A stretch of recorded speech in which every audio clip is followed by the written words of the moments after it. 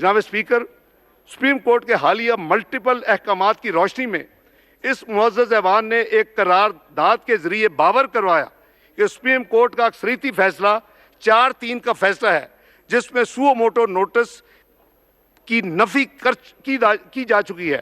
اس ایوان نے حکومت پر یہ زور دیا کہ 3-0 کا فیصلہ اقلیتی فیصلہ ہے اور اس پر عمل درآمد نہ کیا جائے۔ جناب اسپیکر، وفاقی کابینہ نے اپنے حالیہ اجلاس میں اس ایوان کی قرارداد اور سپریم کورٹ کے احکامات پر غور و خوض کرنے کے بعد یہ فیصلہ کیا ہے کہ اس معزز ایوان کی قرارداد کی روشنی میں عدالت عظمیٰ اور پنجاب اور کے پی میں صوبائی الیکشن کے لیے رقم مختص کرنے کے حکم کو اس ایوان میں پیش کرے تاکہ یہ ایوان فیصلہ کرے۔